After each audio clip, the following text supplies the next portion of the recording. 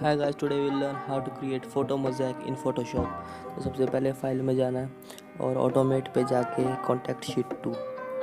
अब जो सेटिंग्स मैं यूज़ कर रहा हूँ आपको वही सेटिंग यूज़ करनी है। सबसे पहले आपको अपना फ़ोल्डर चूज़ करना है जिसमें भी आपकी सारी फ़ोटोज़ हैं।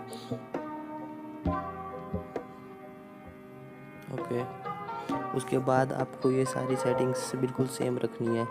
अब विड्थ तो राइट मैंने 8 और 12 लिया है। ये मैंने पोर्ट्रेट फ़ोटो के लिए लिया। अगर आपकी फ़ोटो लैंडस्केप है तो आप इसको 12/8 कर सकते हैं।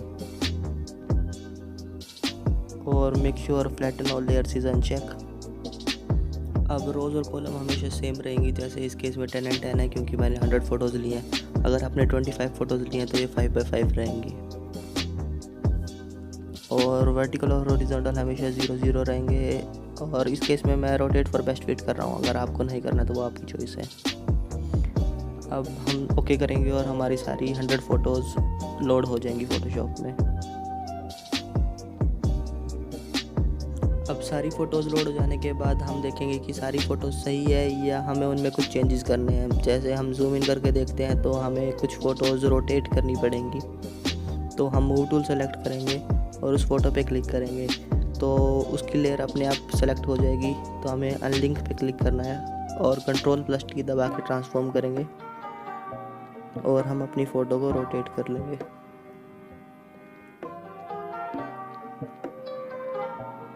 ऐसे ही बाकी जो हमारी फ़ोटोज़ होंगी हम उन्हें भी रोटेट कर लेंगे। हमें फ़ोटो को सेलेक्ट करना है और फिर लेयर्स में जाके अनलिंक पे क्लिक करेंगे और Ctrl+T दबा के फ़ोटो को रोटेट कर लेंगे।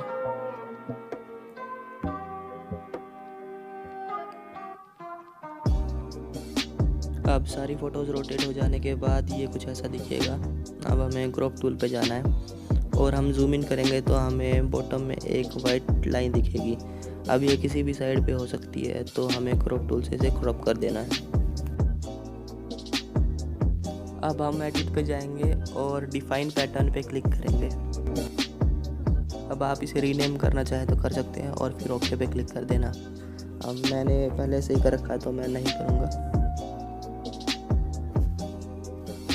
अब आपको अपनी मेन फ़ोटो ओपन कर लेनी है और टूल्स में जाके पैटर्न पे क्लिक करना है। तो अभी आपने जो पैटर्न बनाया था वो ओपन हो जाएगा। अब मुझे इसका साइज़ थोड़ा बड़ा लग रहा है तो मैं स्केल को 60% कर देता हूँ और फिर ओके पे क्लिक करेंगे। अब इस लेयर का ब्लेंडिंग मोड चेंज करेंगे। इस केस में मैं सॉफ्ट लाइट कर रहा हूँ, आपको जो सही लगे आप कर सकते हैं।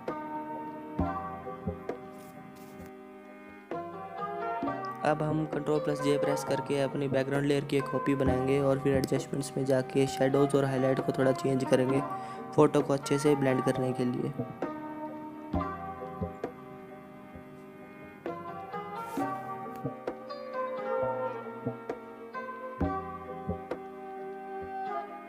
और ये हो जाने के बाद हम ओके पे क्लिक करेंगे और अपनी पैटर्न लेयर की ओपेसिटी को थोड़ा कम करेंगे एंड वी आर डन।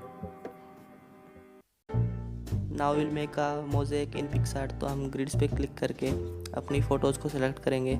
अब अनफॉर्चुनेटली हम पिक्सआर्ट में सिर्फ 10 फ़ोटोज़ ही सेलेक्ट कर सकते हैं। तो 10 फ़ोटोज़ को सेलेक्ट करके हम ये राइट वाली ग्रिड को सेलेक्ट करेंगे और ओके करेंगे। अब हमारी फ़ोटोज़ लोड होंगी। तो फ़ोटोज़ लोड हो जाने के बाद हमें वही करना है। हमारी जो फ़ोटोज़ हमें रोटेट करनी है हम उन्हें रोटेट करेंगे और एडजस्ट करेंगे हमारे बॉक्सेस के अकॉर्डिंग।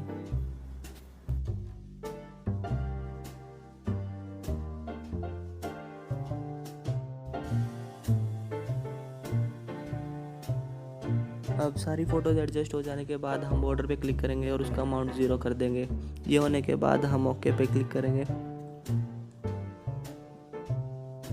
और दोबारा ओके पे क्लिक करके हम इसको सेव कर लेंगे। अब हम अपनी मेन फ़ोटो को पिक्सआर्ट में खोलेंगे और ड्रॉ पे जाके make sure new layer is selected and add photo पे जाके जो अभी हमने कोलाज बनाया था उसको सेलेक्ट कर लेंगे।